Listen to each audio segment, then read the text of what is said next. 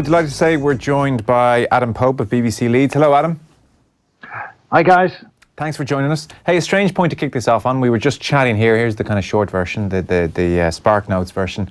And we were saying if Leeds get back in the Premier League, it could invigorate the whole area, the whole town. I presume will get very excited. And I was wondering if that's because maybe it's akin to Sunderland in the... I'm sure you've seen the Netflix documentary or seen bits of it. Yeah. Wondering, was there... economically, was Leeds not in great shape? And I just did a quick look on Wikipedia here. It seems Leeds very impressive economically. I hadn't quite realised. The largest financial centres in Britain outside of the capital. It was the first city across the UK to have broadband coverage right across the city. Seems like its financial insurances services are worth 2.1 billion. So Leeds actually moved with the times as a city. Oh, it's been... I mean, I've been over in Yorkshire for, 3 decades now?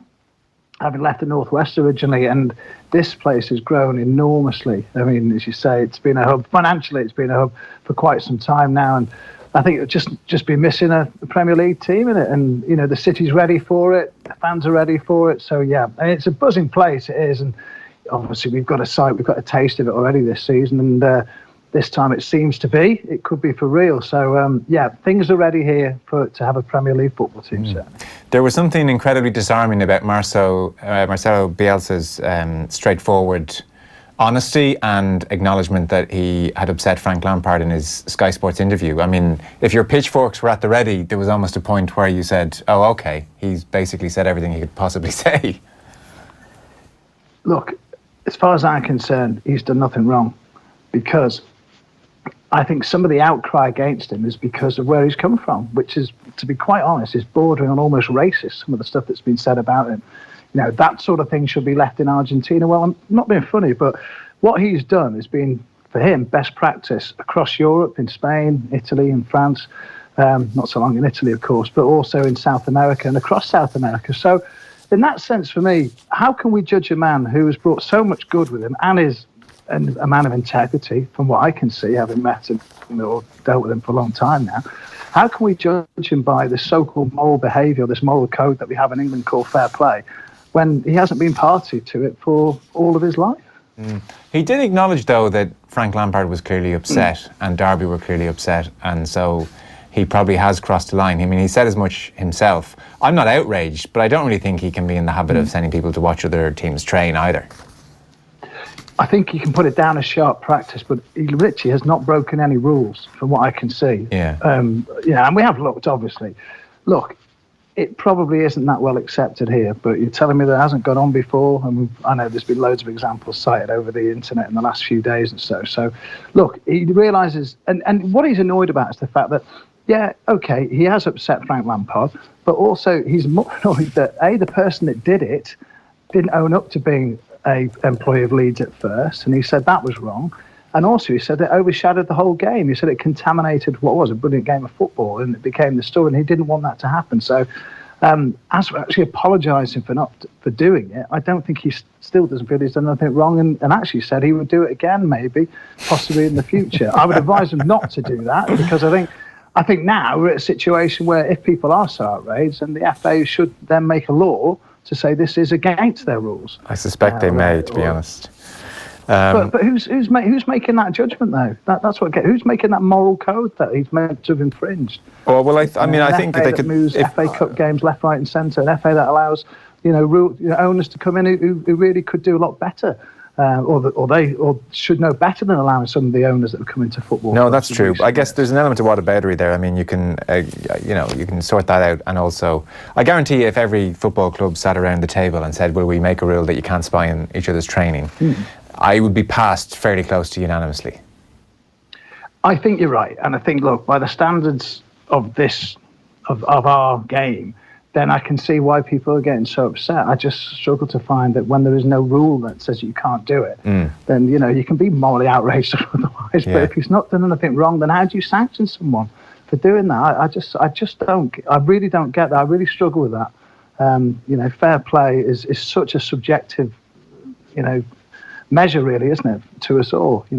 While we allow diving still to continue and haranguing of referees to continue, something which he is totally against, by the way, then how do we how do we sort of sanction somebody for doing what he did? I really don't know.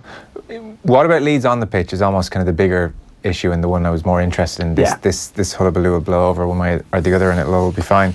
So they're 4 points clear at the top of the championship. Amazing stuff. I mean, you were very excited at the start of the season. I remember speaking to you, and the question was, would Leeds be able to maintain the high demands of a Bielsa approach?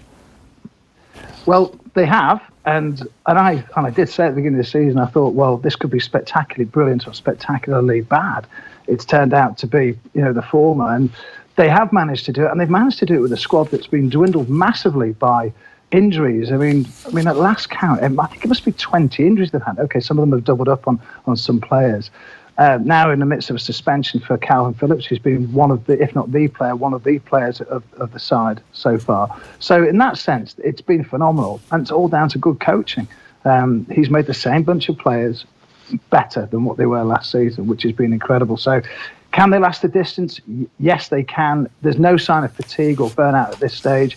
Ask me again in another couple of months. We'll have to wait and see. But right now, this lot look like they can finish the job.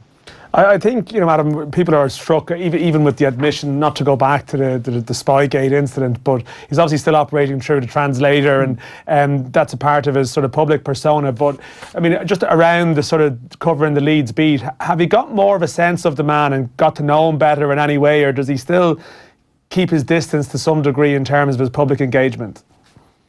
Yeah, you don't get to speak to him other than in a press conference, and it's all done en masse. You don't get a one-to-one with him, so it's not like I've ever spoken to him on his own or in private or anything like that. So, but because he spends so long talking to you, particularly pre-match in terms of the press conferences, then you can ask him anything you like. So we've got a good idea of just how much of a servant to the game he is really, and how humble he is. And there are things that we found out that he probably would not want us to find out. How he sent the money back that he's been paid for his salary, if you like, which I believe is £7 million, back over to his homeland for the building of a hotel and facilities at Newell's Old Boys in Rosario, which is his hometown. So he's got he's got some really, sort of venerable qualities as a human being, and that comes across when you speak to him. And he's really, really respectful of the whole of the country, of where he's living, and people's sensibilities, and that's why he understands why Frank Lampard is upset. Because I think he does have a deep respect for the traditions of the game, some of them of which he's learning now, as he's only been here a few months.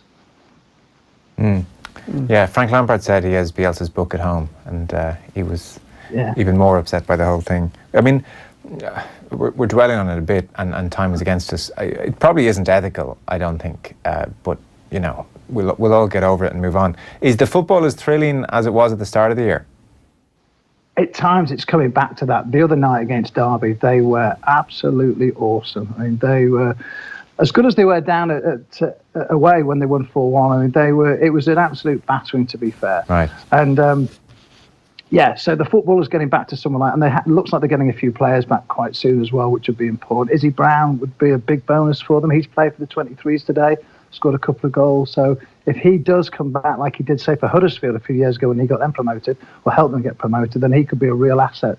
At the minute, the squad's like, they do need some of those players back, like Bamford and co, but some of the football is just absolutely outstanding. And it was good to see them get back to the winning ways, having lost 3 on the bounce, including that cup game, just over the other side of Christmas. So is Ellen Road getting full houses now under Bielsa?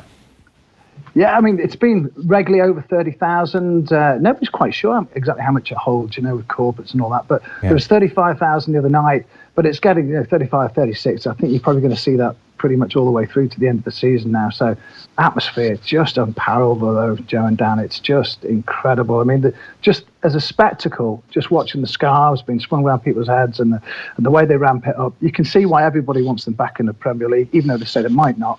They actually do, because it's a proper event. I never forget, Brian McDermott used to say when he was a manager here, he said, it's an event. Every time Leeds play, it's an event. And it's been like that. And it's been sensational. Not just under Bielsa. It was coming back under Gary Monk, to be fair. Tommy Christensen had been going at the beginning of the season. But right now, this is something different. It's gone up a notch. And it's because Bielsa's raised the bar. Okay. Listen, super stuff, Adam. Thanks a million. Thank you, guys. Cheers. Adam Pope there from BBC Leeds. Man City have won 3-0.